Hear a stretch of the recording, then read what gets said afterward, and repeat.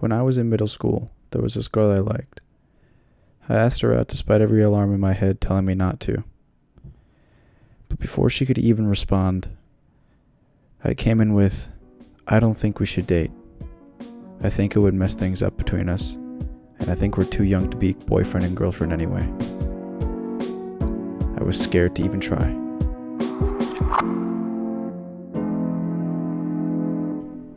I can't tell you how many opportunities I have passed up because I was frozen with fear in the moment. And this is something I've noticed among so many people.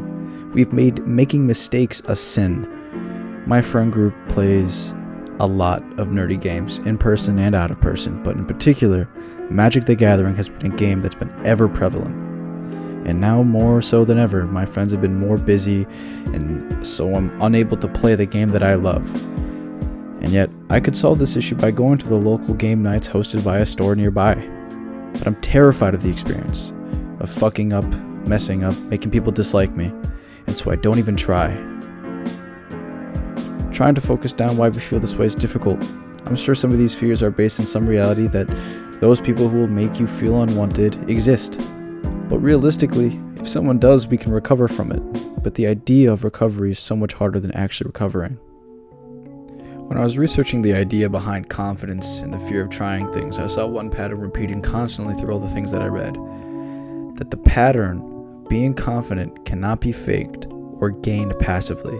Just like anything we do in our lives, it has to be worked for. We have to drive for it. We have to go out of our way to work on it.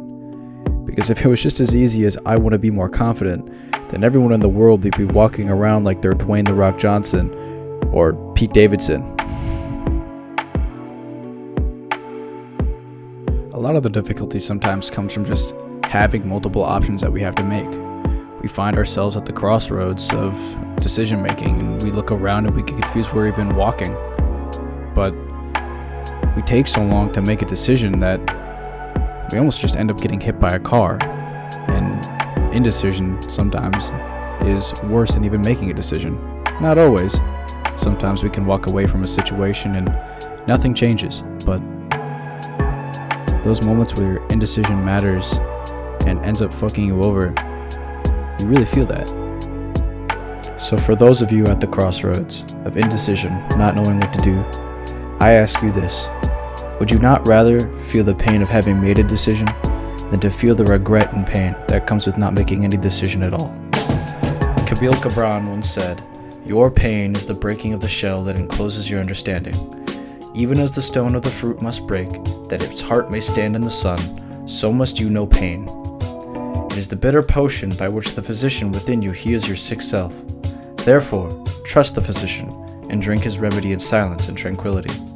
For his hand, though heavy and hard, is guided by the tender hand of the unseen, and the cup he brings, though it burns your lips, has been fashioned of the clay, which the potter has moistened with his own sacred tears."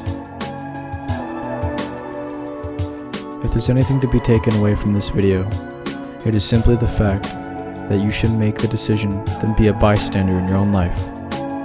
It is better to have lived and lost than to have never lived at all and be a bystander in everything that goes on in your life. To end off the video, I suppose I should choose another quote, and it comes from a cartoon, so bear with me. Mr. Ping from Kung Fu Panda said, "To make something special, you just have to believe it's special."